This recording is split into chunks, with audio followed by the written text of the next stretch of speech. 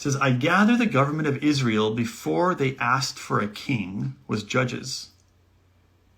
Yeah, I don't know if that was a government. Okay, well, yeah, maybe it was government. Okay, so any hope of getting back to that, how does that work exactly? Okay, so this is a tough one. I haven't read Judges recently, so I apologize. I'm not going to remember it very well. So is the question presuming that Israel, prior to having a king, which, obviously there was judges then who were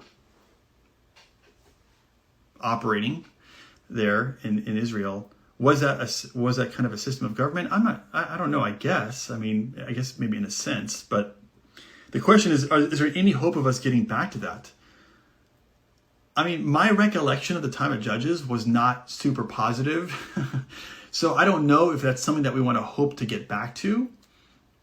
If anything, my hope would not be to go back to a time of judges, but rather to have an ethical government who acknowledges that they've been divinely appointed by God and that's willing to recognize God and his principles and to, do what Scripture says a government should do, and that is to protect the innocent and to punish evildoers. That's what I'd long for. And to long for something even greater than that would, of course, be to have Jesus return and, create a perfect system of governance that would be under Christ. That would be the ultimate thing, right? Which will happen eventually. And I think about the very last verse of Judges, which is why I keep thinking, I'm not sure this is what I'd want us to go back to. But the very last verse of Judges, because remember, Judges, or in the story, in the book of Judges, you have Israel trying to, obey God, and then they falter, and then God sends a judge, and the judge kind of puts them back on course, and eventually they do, but eventually they falter again, and God sends another judge, and they kind of go through this cycle over and over again. And at the very last verse of Judges 21-25, I think it is, it says, in those days in Israel, there was no king. Everyone did what was right in their own eyes.